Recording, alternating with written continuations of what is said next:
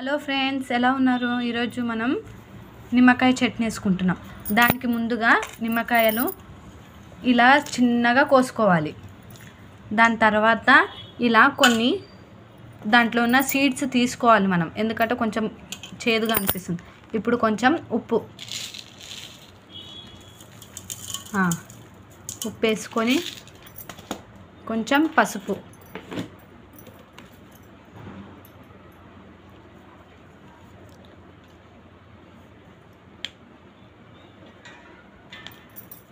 వేసుకొని బాగా కలుపుకోవాలి.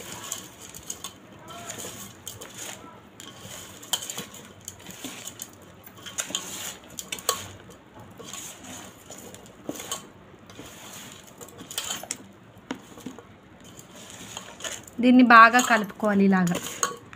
దీన్ని ఇలా కలుపుకొని 15 days 15 రోజులు నిలువ పెట్టుకోవాలి.